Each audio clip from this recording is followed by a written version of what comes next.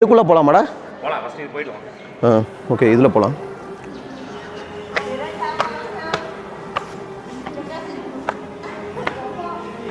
இங்கே பாருங்கள், சிவலிங்கம்.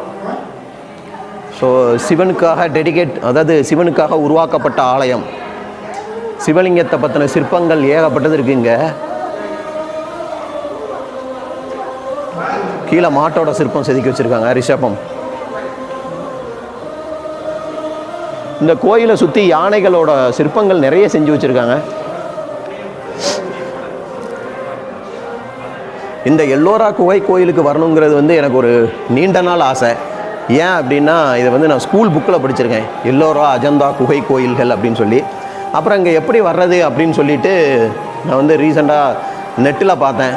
ஸோ மகாராஷ்டிராவில் இருக்குது, அவுரங்காபாத்தில் இருக்குது அப்படின்னோடனே அதுக்கு ஏற்ற மாதிரி அங்கே எப்படி வரலான்னு சொல்லி பூனேக்கு ஃப்ளைட் டிக்கெட் புக் பண்ணி பூனேலேருந்து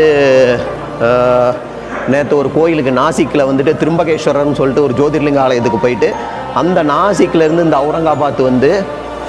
அவுரங்காபாத்து ஒரு ரூம் புக் பண்ணிவிட்டு அங்கேருந்து இங்கே வந்திருக்கோம்.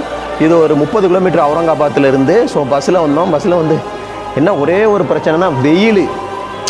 ஸோ மழை நேரத்தில் வந்தீங்கன்னா உங்களுக்கு சூப்பராக இருக்கும். இல்லை குளிர்காலம், அந்த டிசம்பர் ஜனவரியில் வந்திருக்கணும். நாங்கள் மே மாதத்தில் வந்ததுனால ரொம்ப வெயில். அதை தவிர மீதி எல்லாமே ஓகே. இங்கே பாருங்கள்,